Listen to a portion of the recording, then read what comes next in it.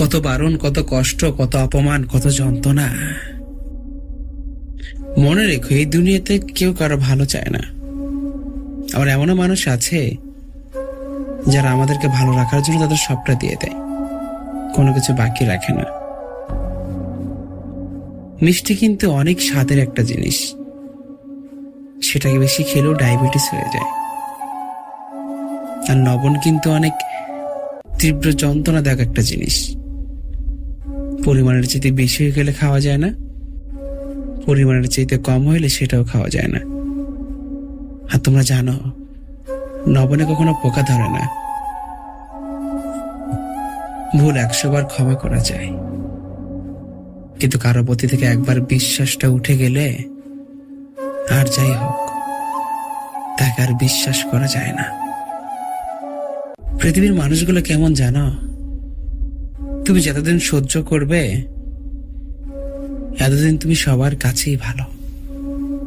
আর যখন থেকে তুমি সত্য কথাগুলো তাদের মুখের উপর বলে দিতে শুরু করবে, সেদিন থেকে তুমি এই পৃথিবীতে পাতিলের কালির চাইতেও কালো। সবাই তোমাকে বলবে আমি তোমার আপনজন, তোমার সাথে আছি, তোমার পাশে আছি। দিন শেষে রাতের গভীরে দেখবে তোমার ছায়া ছাড়া তোমার জীবনে কেউ নেই। তুমি শূন্য, তুমি নিঃস্ব, তুমি একাকিত্ব। তাই যদি কখনো কারোর প্রতি বিশ্বাস করতেই হয়, নিজের প্রতি করো, অন্য কারোর প্রতি নয়। কথাতে কথার জবাব দেওয়া যায়, এটা যেমন সত্য। আর সবচেয়ে কঠিন কাজ হচ্ছে চুপ থাকা, এটা তেমন সত্য। আমরা কখনো কখনো না মানুষকে ভালোবেসেছি, অনেক মানুষকে আপন করে নিয়েছি, কিন্তু পাওয়ার অনুভূতি আর হারানোর বেদনা কাউকে কখনো বোঝানো যায় না। আর হৃদয় ভাঙা কান্না কখনো কাউকে অনুভব করানো যায় না। তুমি চোখ দিকে তাকাও, এই জীবনে যারা যারা বড় বড় মানুষগুলো সফল হয়েছে তাদের দিকে তাকাও। তোমার কি মনে হয় তারা কি একদিন সেই সফলতার চূড়ায় পৌঁছিয়েছে? আমি বলবো না। তাদের সেই সফলতার জায়গায় পৌঁছাতে দিনের পর দিন, রাতের পর রাত পরিশ্রম করতে হয়েছে, অনেক শ্রম দিয়েছে, তারপরে তারা সেই অবস্থানে পৌঁছিয়েছে। তুমি যদি সফল হতে চাও, তোমাকে প্রচুর পরিশ্রম করতে হবে, প্রচুর ত্যাগ স্বীকার করতে হবে। হোঁচট খাওয়া ভালো, কারণ পরবর্তী জীবনে তুমি যখন হাঁটবে তখন তোমার চোখ মাটির দিকেই থাকবে। কারণ একবার তুমি হোঁচট খেয়েছ, একবার তুমি ব্যথা পেয়েছ।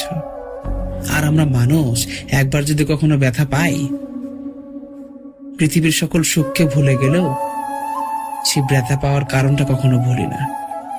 এই জন্যই আমরা সৃষ্টির সিরাজীব, আশরাফুল মাখলুকাত। যদি কখনো ভুল বাছে উঠে পড়াও, তাহলে বেশি দূর যাওয়ার আগেই নেমে যাও। কারণ তুমি সেই ভুল গাড়িতে চড়ে যত দূর যাবে, তোমার বাড়ি ফেরার রাস্তা অতই দূরত্ব বেড়ে যাবে। তখনই বুঝতে পারবে মানুষের চিন্তাধারা থেকে যে কথাগুলো বের হয়ে আসে, এগুলো কখনো কখনো সত্যি হয়ে যায়। এই দুনিয়াতে কেউ কখনো তোমার মতো হবে না, আর তুমি কখনো কাউকে তোমার মতো বানাইতে পারবা না। কারণ এই পৃথিবীর মানুষের সবারই ইচ্ছা আছে। তোমার ইচ্ছা তোমার কাছে মূল্যবান, আর তাদের ইচ্ছা তাদের কাছে মূল্যবান। তো জীবনে এই কথাগুলো সবটা সময় মনে রাখবা। জীবনে কখনো নিজের ইচ্ছা অন্যর উপরে চাপিয়ে দিবা না। জীবনে কখনো নিজের চাইতে বেশি ভরসা অন্য কারো ওপর করবা না। এই দুনিয়াতে কেউ কারো নয়। তোমার ভিতরে যে জীবনটা বসত করছে, সেটাও তো আমার সৃষ্টিকর্তার দেওয়া দান।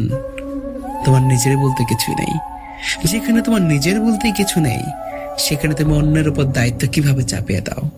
অন্যের উপর চোখ বন্ধ করে বিশ্বাসটা কিভাবে করো? উত্তর কি আছে তোমার কাছে? একটা মিথ্যে কথাকে অনেকভাবে সেলিব্রিটিদের মাধ্যমে, বন্ধু বান্ধবের মাধ্যমে ছড়িয়ে দেওয়া যায়, কিন্তু সেটাকে স্থায়ী করা যায় না। কারণ ইতিহাসে একটা কথা সাক্ষী আছে, সত্য কখনো চাপা থাকে না। সহ্য করে নিলাম, কিন্তু তবু এই পৃথিবীর কোনো মানুষের মনের মতো হতে পারলাম না। কেন জানো? যেদিন থেকে সত্য কথা বলা শুরু করেছি, সেদিন থেকে কাছের বন্ধুগুলো হারিয়ে যাওয়া শুরু হয়ে গেছে। ভালোবাসার মানুষগুলো মুখ ফিরে নিয়েছে। পরিবার থেকে নিজের আত্মসম্মান বোধ হারিয়ে গেছে। সমাজের চোখে নাম হয়েছে আমার পাগল, নাম হয়েছে আমার বদ্ধ উন্মাদ। জীবনে কিছু জিনিস সবটা সময় মনে রাখবা। তোমার ভিতরে যে কথাগুলো আছে, তোমার ভিতরে যে জমা কষ্টগুলো আছে, এগুলো কাউকে বলার আগে 1000 বার ভেবে নেবা। চাইলে বেশিও ভাবতে পারো, কারণ তোমার মনের যে কথাগুলা, তোমার হৃদয়ের যে কথাগুলো তুমি মানুষকে বলছো, সে কি সেই কথাগুলো গচ্ছিত ভাবে রাখতে পারবে কিনা, বা তোমাকে সেই কথাগুলো দিয়ে কখনো আঘাত করবে কিনা, এটাকে ভেবে নিও। সবচেয়ে বড় কথা, তোমার সেই ভিতরের কথাগুলো কাকে বলছো, এটা ভালো করে জাস্টিফাই করে নিও। দেখতে মানুষের মতো হইলেই সে মানুষ হয়ে যায় না। তার ভিতরে আত্মসম্মান, তার ভিতরে মানুষত্ব বোধ, তার ভিতরে শিক্ষা ন্যূনতম প্রয়োজন। যদি দেখো কোনো মানুষের ভিতরে এগুলা নেই, সে নামে মানুষ হলেও সে কাজে প্রচুর চাইতে তুচ্ছ। মানুষকে বলার কি দরকার? চুপ থাকো, নিজের কথা নিজের সাথেই বলো। না বলা এই কথাটা অত্যন্ত মূল্যবান, আর বলে দেওয়া কথাটা অনেক সাধারণ। মানুষ তোমার কাছে এসে তুমি ভাবো না, যারা শিক্ষিত মানুষ, যারা জ্ঞানবান মানুষ, যারা মানুষকে জাস্টিফাই করতে পারে, তারা তো কখনো তোমার কাছে এসে অন্যের কথা বলে না, বা তাদের দুঃখের কথা তোমার কাছে প্রেজেন্ট করে না। তাহলে তুমি কেন কেন কিসের জন্য তোমার কথাগুলো অন্য আরেকজনকে বলবে? কাকে বলছো তুমি? এই পৃথিবীতে মানুষ পরিবর্তন হইতে সময় লাগে না।